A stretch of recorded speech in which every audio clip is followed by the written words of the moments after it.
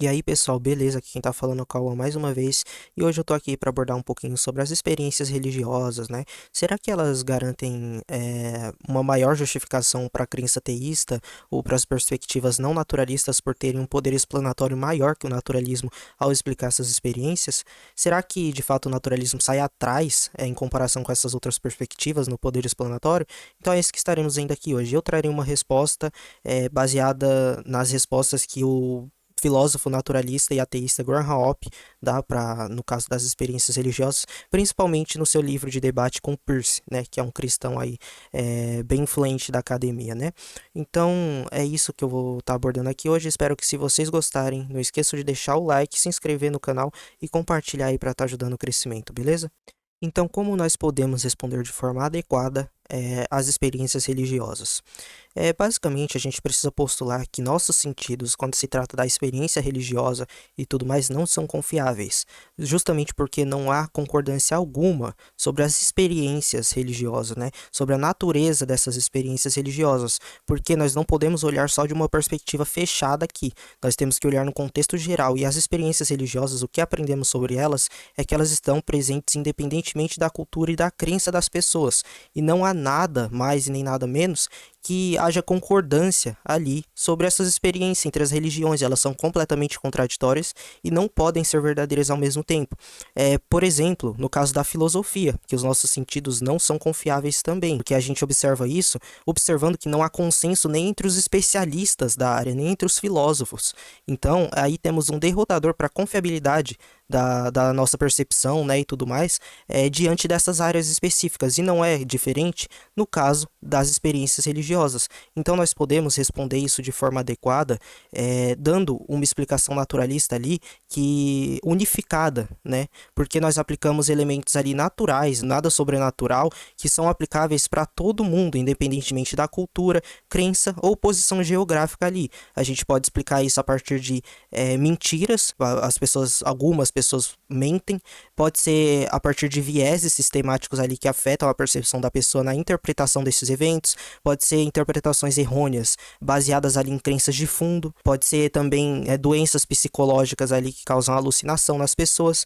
Então é isso, a gente consegue dar uma explicação unificada ali para todos esses eventos. E o teísta, o religioso, não naturalista, ele também vai ter que aplicar essas explicações. Só que a diferença é que ele vai dizer que essas explicações naturalistas são aplicáveis para todas as outras experiências religiosas que não seja a dele. Só que o problema é que não há nenhuma diferença relevante entre a experiência religiosa desse religioso e entre as outras experiências religiosas também, dessas outras localizações, dessas outras religiões, né?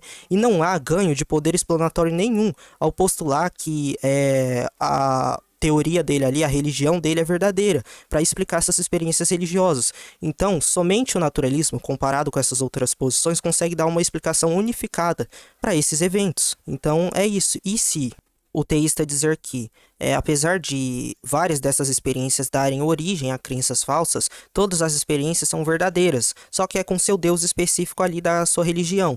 Só que o problema é que isso não resolve absolutamente nada, porque se, de acordo com a melhor cosmovisão do teísta ali, todas as experiências são verdadeiras e são com seu Deus específico, a outra cosmovisão vai dizer que todas as experiências são verdadeiras, mas são com seu Deus específico ali, daquela outra religião que é completamente oposta a desse teísta que está dizendo isso, né? Desse não naturalista, no caso. Então, é isso. Apesar de haver várias dessas experiências espalhadas ao redor do mundo, os nossos sentidos, quando se tratam dessa experiência, não são confiáveis e não são capazes ali de rastrear alguma verdade sobrenatural e tudo mais, e são apenas coisas naturais ali, processos naturais que a gente consegue explicar naturalisticamente, mesmo que o teísta diga que todas as experiências são verdadeiras, só que dão origem a crenças falsas e são com seu Deus específico ali. Mesmo assim, apesar disso não mudar nada, o naturalista, ele continua sendo o único que consegue dar uma explicação unificada para todos esses eventos, aplicando ali explicações que não dependem da crença da pessoa e tudo mais, diferentemente de qualquer posição teísta. Isso acaba sendo uma vantagem do naturalismo na simplicidade teórica, né?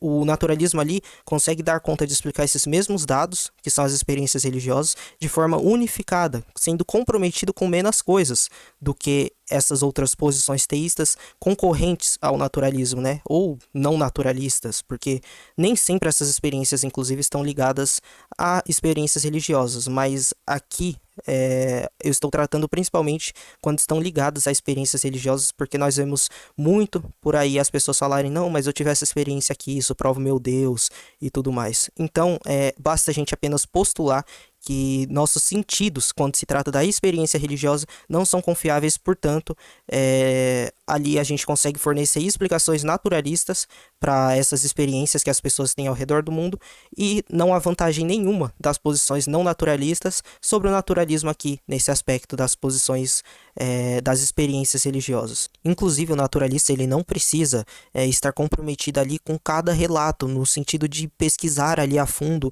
investigar relato por relato para poder inferir, estar justificado em inferir que os nossos sentidos, quando se trata da experiência religiosa, não são confiáveis, justamente porque ele tem motivos independentes para fazer isso. Então, não é necessário ficar investigando ali a fundo cada história e tudo mais. Inclusive, nenhum teísta faz isso quando se trata da experiência religiosa alheia. Ele simplesmente aplica as mesmas explicações que o naturalista aplica, só que apenas para as outras posições, para as outras religiões e não para a dele, e para aquela experiência ali que ele considera como verdadeira. Só que, como já dito aqui, o problema é que isso não garante poder explanatório algum maior para o teísta, porque são, no final, os não naturalistas e os teístas vão ali se basear em critérios altamente questionáveis ali para explicar o porquê que a sua visão é preferível, porquê que a sua experiência, no caso, é preferível em detrimento das outras e porquê que são falsas as outras e são reais as dele. Ele vai se basear ali em coisas altamente questionáveis ali, que vai ser questionável por outra religião, que vai colocar outra coisa e vai ficar nessa briga e ninguém vai decidir absolutamente nada. São só parâmetros ali altamente questionáveis que eles vão ficar utilizando para tentar demonstrar que a sua visão, que a sua experiência é melhor do que a outra, que ela é mais confiável e tudo mais, mas na verdade não é. Então é isso, espero que vocês tenham gostado e até a próxima, pessoal.